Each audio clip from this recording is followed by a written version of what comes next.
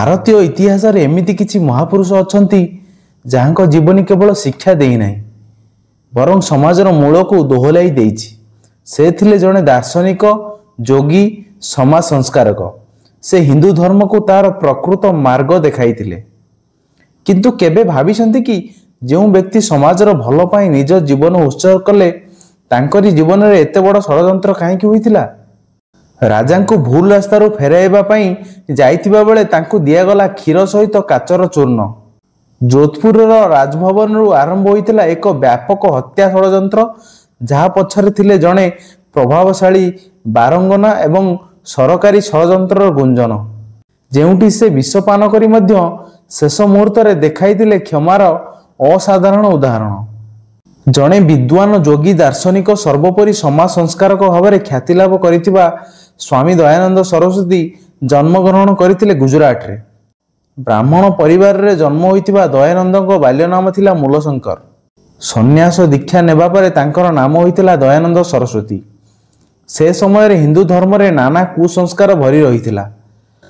ଅପସଂସ୍କୃତିକୁ ଦୂର କରି ହିନ୍ଦୁ ଧର୍ମାବଲମ୍ବୀଙ୍କୁ ଉଚିତ ଦିଗ୍ଦର୍ଶନ ଦେବା ଲକ୍ଷ୍ୟରେ ସେ ପ୍ରତିଷ୍ଠା କରିଥିଲେ ଆର୍ଯ୍ୟ ସମାଜ। ଆର୍ଯ୍ୟ ସମାଜର ସଂସ୍ଥାପକ ଏହି ମହାମନୀଷୀଙ୍କ ଲିଖିତ ସତ୍ୟାର୍ଥ ପ୍ରକାଶ ତାଙ୍କୁ ସବୁଦିନ ପାଇଁ ଅମର କରି ରଖିଥିବ। ସେ ସମୟରେ ସମାଜରେ ପ୍ରଚଳିତ ଥିବା ବାଲ୍ୟ ବିବାହ, ସତୀ ପ୍ରଥାକୁ ବିରୋଧ କରି ବିଧବା ବିବାହ ପ୍ରଚଳନ ଦିଗରେ ସେ ସ୍ୱର ଉତ୍ତୋଳନ କରିଥିଲେ।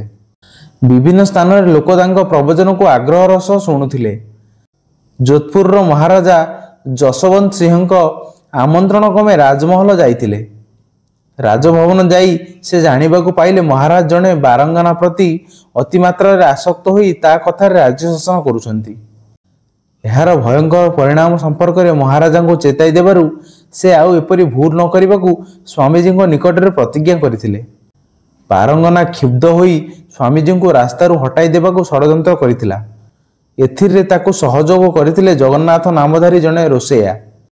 ଅର୍ଥ ଲୋଭରେ ରୋଷେୟା କ୍ଷୀର ସହିତ କାଚର ଚୂର୍ଣ୍ଣ ମିଶାଇ ଦୟାନନ୍ଦଙ୍କୁ ପିଇବାକୁ ଦେଇଥିଲା।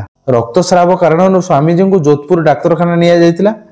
କୁହାଯାଏ ସେଠାର ଚିକିତ୍ସକମାନଙ୍କୁ ମଧ୍ୟ ପ୍ରତିଶୋଧ ପରାୟଣା ବାରଙ୍ଗନା କିଣି ନେଇଥିଲା। ଅନେକ ଦିନ ପର୍ଯ୍ୟନ୍ତ ସେଠାରେ ଡାକ୍ତରୀ ଔଷଧ ପରିବର୍ତ୍ତେ ସେମାନେ ମନ୍ଥର ଗତିର ବିଷ ଦେଉଥିଲେ। ପରିଣାମରେ ତାଙ୍କର ସ୍ୱାସ୍ଥ୍ୟାବସ୍ଥା ଗୁରୁତର ହୋଇଯାଇଥିଲା। ଅତ୍ୟଧିକ ଅସୁସ୍ଥ ହୋଇପଡ଼ିବାରୁ ତାଙ୍କୁ ଆଜମେର ଡାକ୍ତରଖାନା ନିଆଯାଇଥିଲା। ହେଲେ ସେତେବେଳକୁ ବିଷ ସମଗ୍ର ଶରୀରକୁ ବ୍ୟାପି ଯାଇଥିଲା। ବାରଙ୍ଗନା ନିର୍ଦ୍ଦେଶରେ ଅପରାଧ କରିଥିବା ସ୍ୱୀକାର କରିଥିଲା ରୋଷେୟା ଜଗନ୍ନାଥ।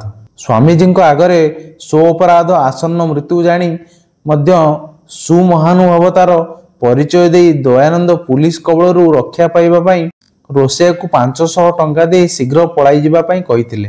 ସମ୍ପୂର୍ଣ୍ଣ ଘଟଣାରେ ଇଂରେଜ ସରକାରଙ୍କ ପ୍ରଚ୍ଛନ୍ନ ହାତ ଥିଲା ବୋଲି କୁହାଯାଏ।